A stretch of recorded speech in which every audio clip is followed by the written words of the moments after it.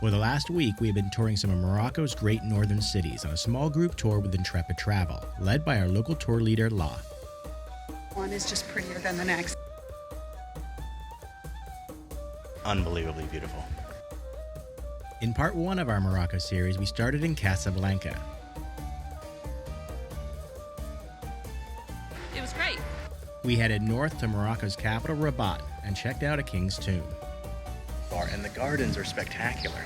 We then drove to Meknes, Morocco's former capital. If it wasn't for the tour, I don't think we'd ever come here. This is really cool. A little further north, we toured the far reaches of the former Roman Empire. Before continuing on to the Instagram famous Chefchaouen, the Blue City.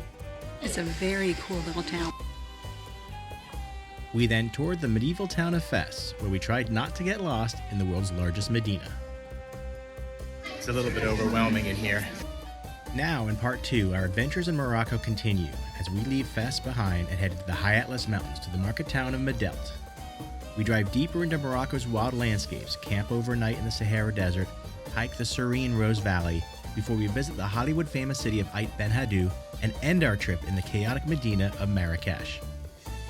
I don't know how it's going to get any better than this.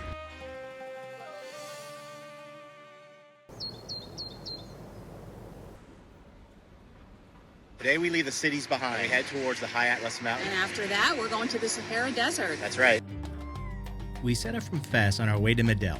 It was to be a long drive of about 3.5 hours, so we settled in and enjoyed the changing landscape as we headed further south.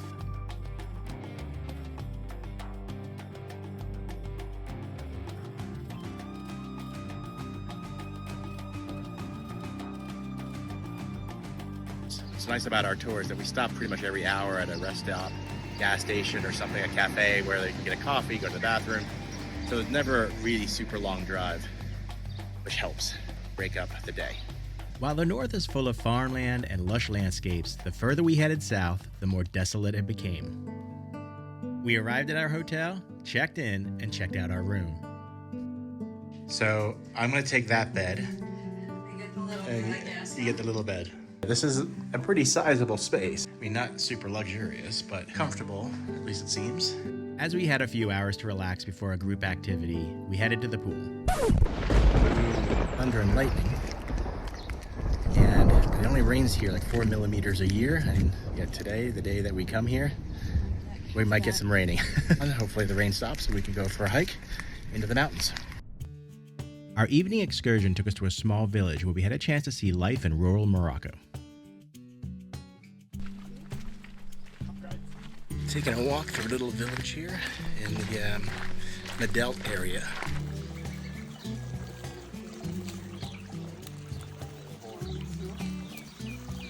So we've been walking through a typical village here in the mountains, and it's really interesting to see all the architecture and all the things that families have to do to live, where they cook, where they heat water up in a building or room with a fire underneath it.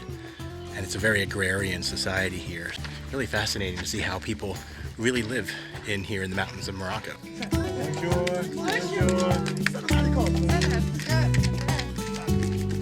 for a picture. Yeah, She said yes. that's nice. And I asked another lady for a picture, and he said no. Okay. So I respected. Yeah. That's the way you gotta do it. Yep. The trip to the village ended with a visit to a local family's home for more Moroccan hospitality, as well as to learn more about daily life living in a village.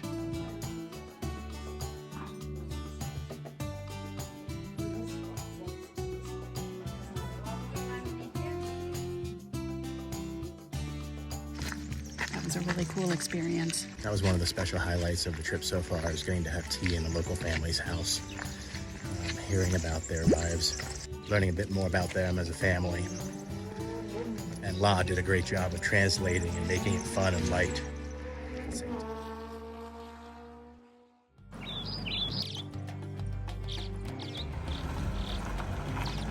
We're off. Our journey today takes us up and over the high Atlas Mountains and past some rugged terrain. We have a couple stops along the way as we make our way to the Sahara Desert.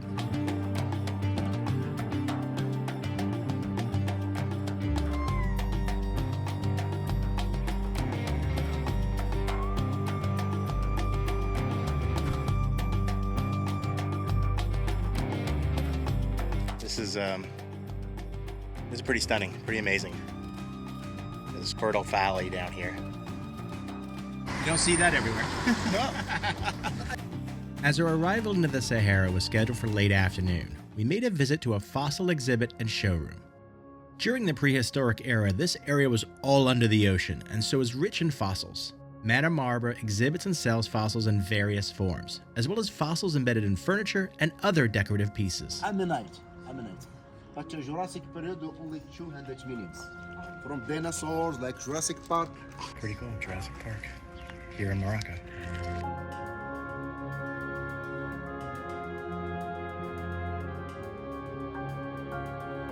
All of this work is really cool. It's kind of neat to have a coffee table with fossils in it. I can only imagine how much it costs to ship. It's got to be super expensive.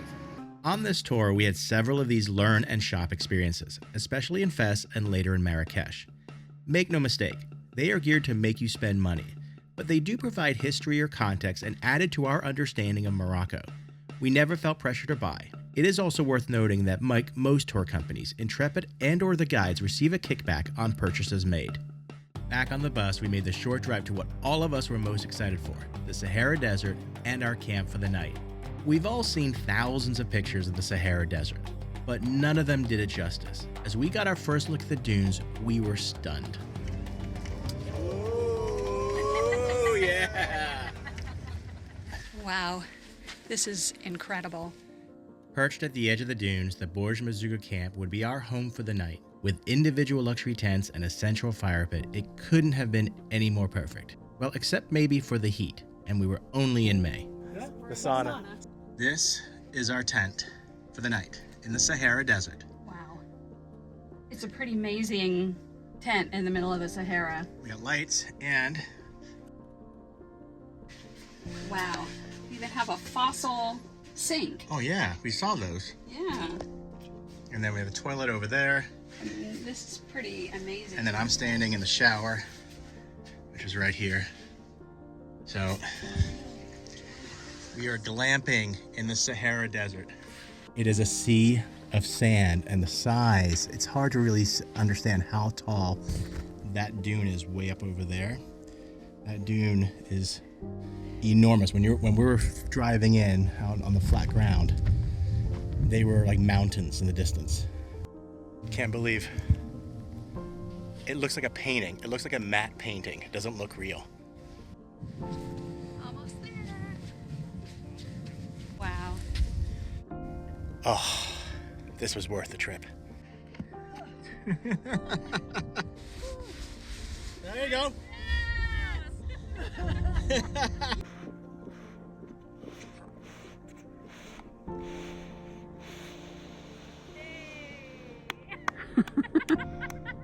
Way more work than the thrill.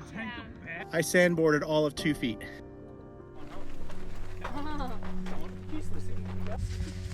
It's gonna be awesome.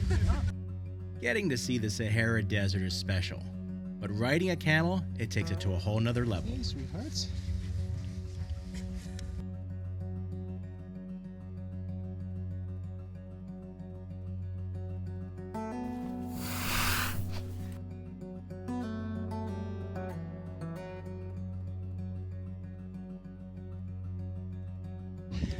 I don't know if I can pet it or not. I don't want to.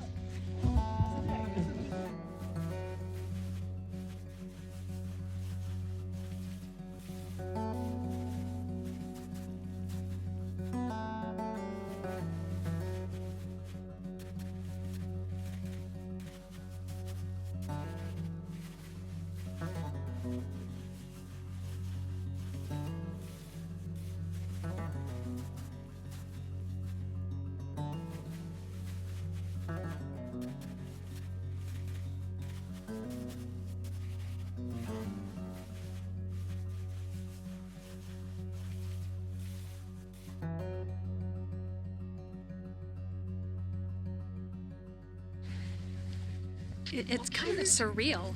You know, you feel like you're in a movie or a painting. And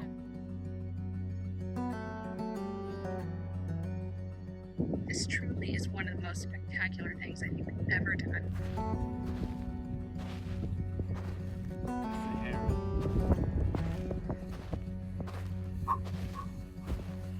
harder to get back up than it is to go down. Not quite as graceful. No, let's go watch the sunset. This is truly one of the most memorable travel moments we've had, riding a camel through the Sahara Desert. Sun setting, colors going from brown to gold. It's truly spectacular.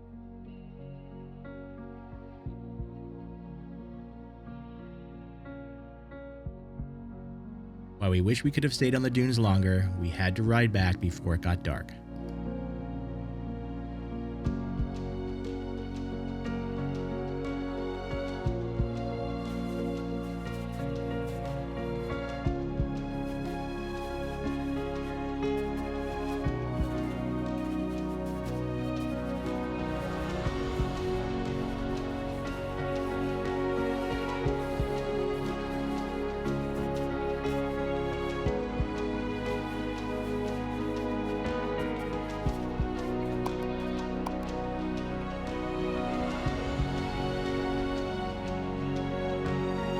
We enjoyed a wonderful dinner sitting under the stars, and as it was Ruth's birthday, La had arranged a little surprise.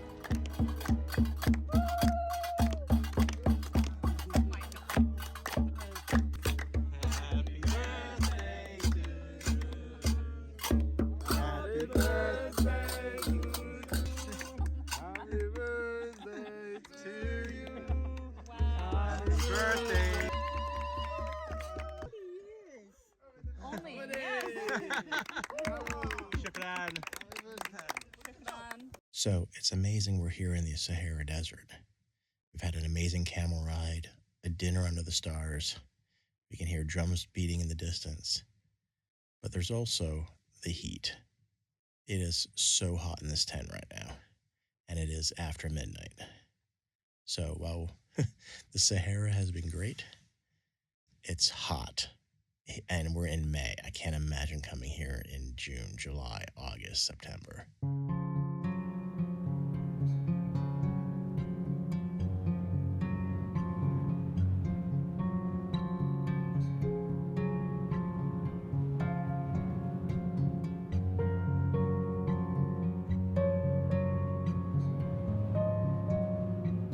Sunrise is pretty spectacular. I'm sure you can tell it's a little windy, but being here in the morning, early, sun coming up over the dunes.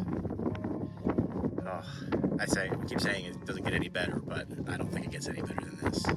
So as incredible and magical as this has been here, some of the things that are a little bit less glamorous are you're out here for just a few minutes and my mouth is so dry, I'm so thirsty because there's a bit of a breeze this morning. I've eaten a lot of sand. Sleeping accommodations were great, but it was so warm inside the tent.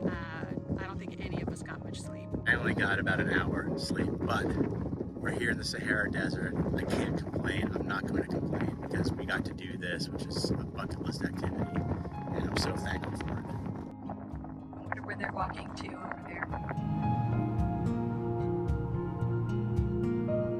Our view of the dunes doesn't look real. It looks fake, but it's real. We're sitting right here looking at it. And as the sun comes up, it's getting really warm fast. Unfortunately, it was time to leave the Sahara and make our way towards the Rose Valley. We also took the opportunity to catch up on some sleep and air-conditioned comfort.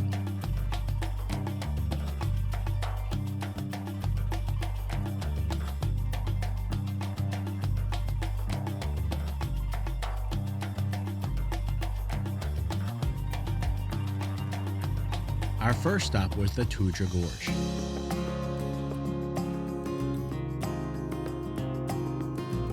This is the Toudra Gorge, and as you can see, sheer limestone cliffs heading straight up. And this is a great place to come if you can do some rock climbing or are capable of doing rock climbing. But it is sheer impressiveness of how high it is. So the water is so crystal clear, and it's in contrast with the dark brown of the mountains that just rise straight up above it.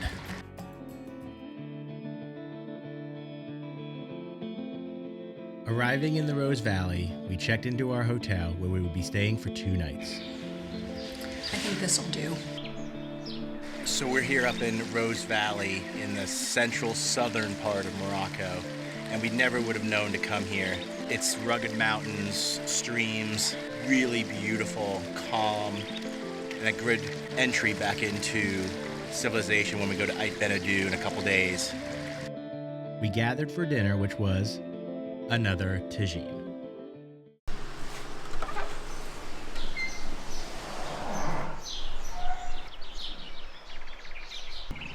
The next morning, the sun was shining and it wasn't too hot yet, making it a perfect time for a hike through this largely untouched valley.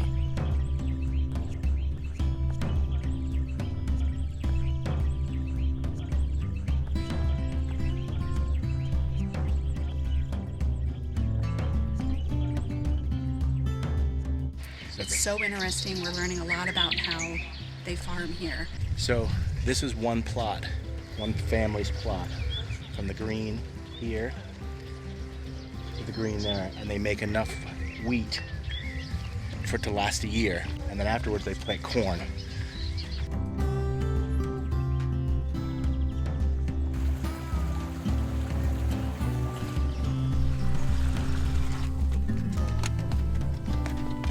So I think we're both really enjoying this hike through the valley. It's much nicer than if we went and saw a valley with very big mountains and peaks and all that stuff. Learning about rural life here in Morocco is a great counterbalance to what we saw in the cities.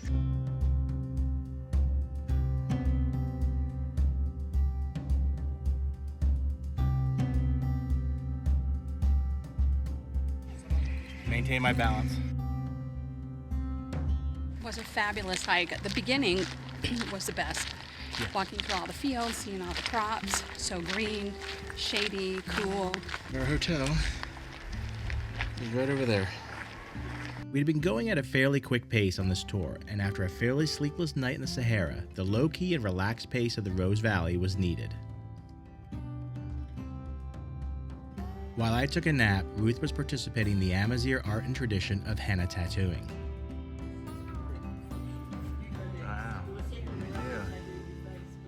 Today we're back in the van and heading to the Hollywood of Morocco.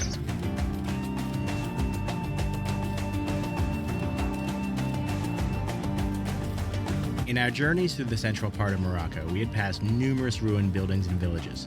Many of these were former Casbahs, and today we were visiting one that had been restored. We're gonna rock the Casbah now. Oh, you couldn't resist. Built in the 17th century, the Midelt Casbah is a fortified family mansion at the confluence of several rivers that form a massive palm-filled oasis.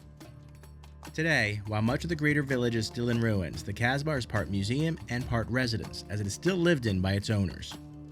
So in this oasis, there are over 150 Casbahs. As we explored the different levels of the Casbah and checked out the different rooms such as the kitchen and sleeping quarters, we learned how it was constructed using mud brick. Then you put another layer of mud, so we compact again, and you follow all this one, we open cold, then we move or we slide only the wood like that, in order to make the next one.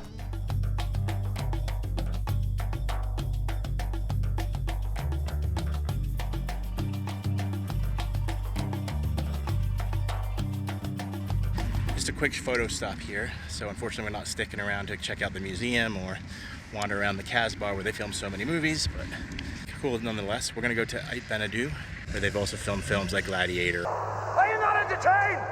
Amongst others.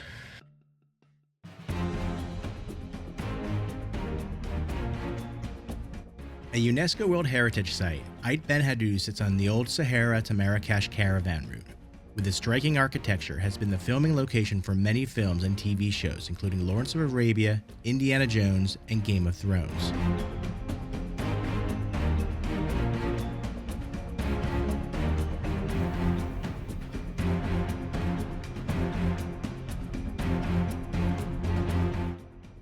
If you've ever been to Mont Saint-Michel in Normandy, it's very similar.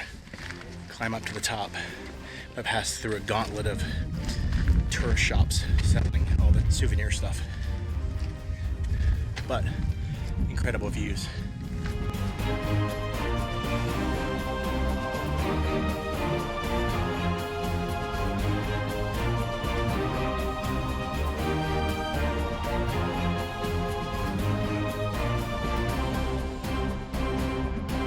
Oh, look at that dust devil. While I relaxed at the hotel pool, Ruth visited a co-op that creates jobs and opportunity for women. I came on a little field trip to a women's co-op weaving center where they weave these beautiful, amazing carpets. They are all hand-dyed, hand-woven, knotted, all by local women. And it's really an amazing place with beautiful rugs. And can you guess what we had for dinner?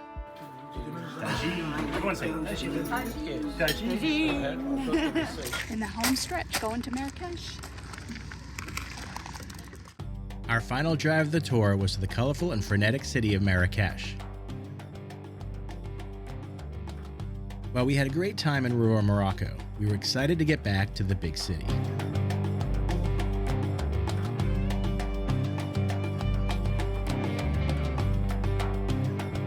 Been nice to have these photo stops along the way. Get out of the bus, get some fresh air. Almost at Marrakech, the last stop.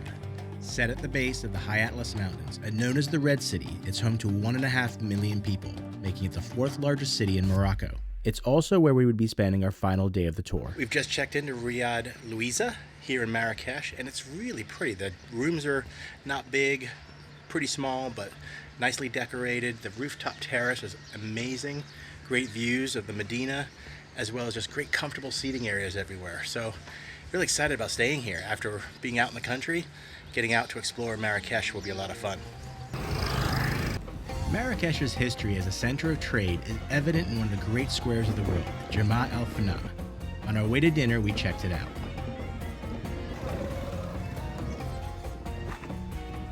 Now, it's worth mentioning that we had heard of aggressive behavior from street performers, buskers, snake charmers, etc., especially if you have a camera out. And the several times we were approached, we politely said no or ignored them and moved on. But it's important to be mindful.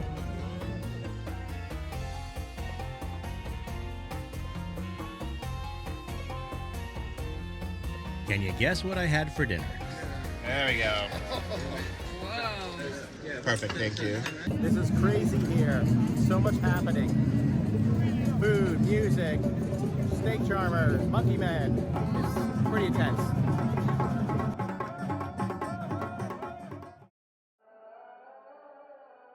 It was our final day, and while bittersweet, it was going to be an exciting one as we toured Marrakech. We were joined by a local guide and headed out to explore. Marrakech is, let's say, it's a bit different, from other places we have been.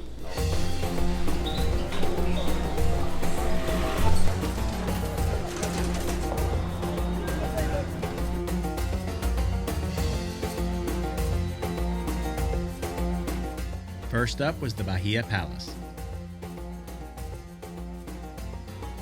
Completed in 1900, the Bahia Palace was a royal palace for King Mohammed V and is known for its intricate carvings and its many courtyards.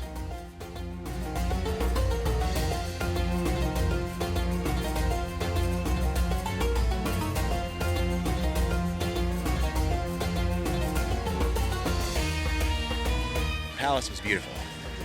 Lots of really ornate rooms, mosaics, woodworking. Beautiful. Now we head to the market.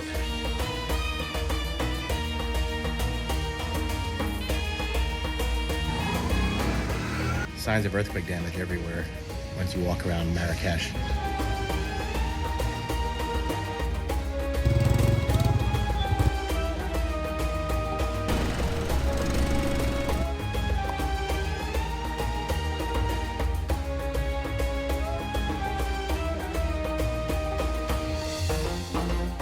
Craziness of the square.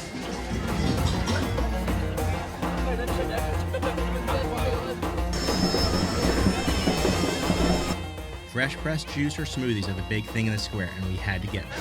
Got some mixed fruit juice, fresh squeezed, all good.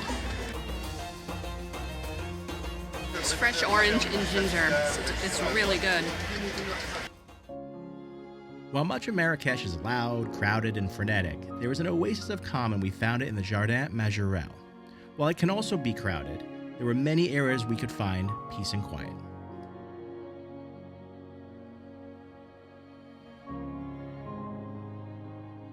Built in the 1920s by French artist Jacques Majorelle, the property was later owned and restored by French fashion designer Yves Saint Laurent.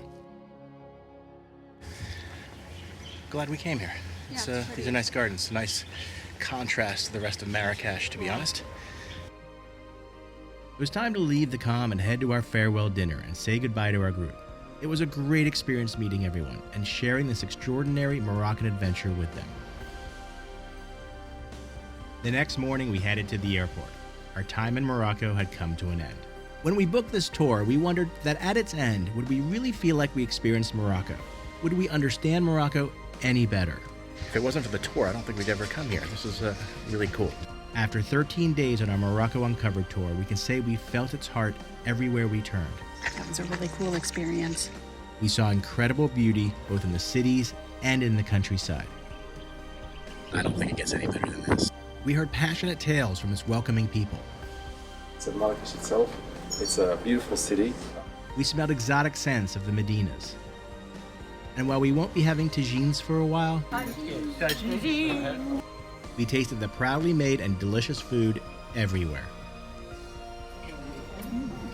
So we ended our adventure enriched, as we discovered Morocco is truly a feast for the senses.